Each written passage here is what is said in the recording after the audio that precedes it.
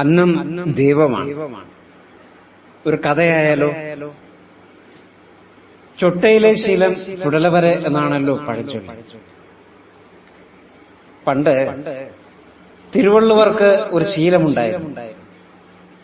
ഊണ് കഴിക്കാനിരിക്കുമ്പോൾ ഇലയുടെ അരികത്ത് ഒരു സൂചിയും ഒരു പാത്രത്തിൽ കുറച്ച് വെള്ളവും കൊണ്ടുവന്ന് വച്ചിരിക്കണമെന്ന് അദ്ദേഹത്തിന് നിർബന്ധമാണ്.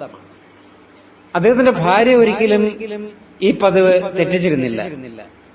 എന്നാൽ എന്തിനാണ് ഇങ്ങനെ ചെയ്യുന്നതെന്ന് ഒരിക്കലും ആ പതിവ്രത അദ്ദേഹത്തോട് ചോദിച്ചിരുന്നതായും ഇല്ലായിരുന്നു.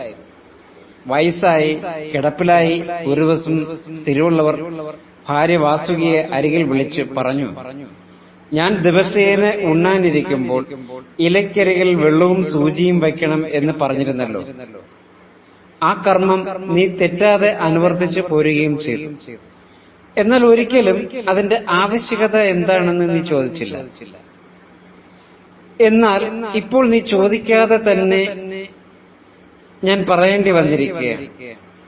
നീ അന്നം വിളമ്പുമ്പോൾ താഴെ വീഴുന്ന വറ്റ് സൂചിയിൽ കുത്തിയെടുത്ത് വെള്ളത്തിൽ ശുദ്ധിയാക്കി ഇലയിലിട്ട് കഴിക്കാൻ വേണ്ടിയായിരുന്നു അങ്ങനെ ഞാൻ ചെയ്തിരുന്നത്.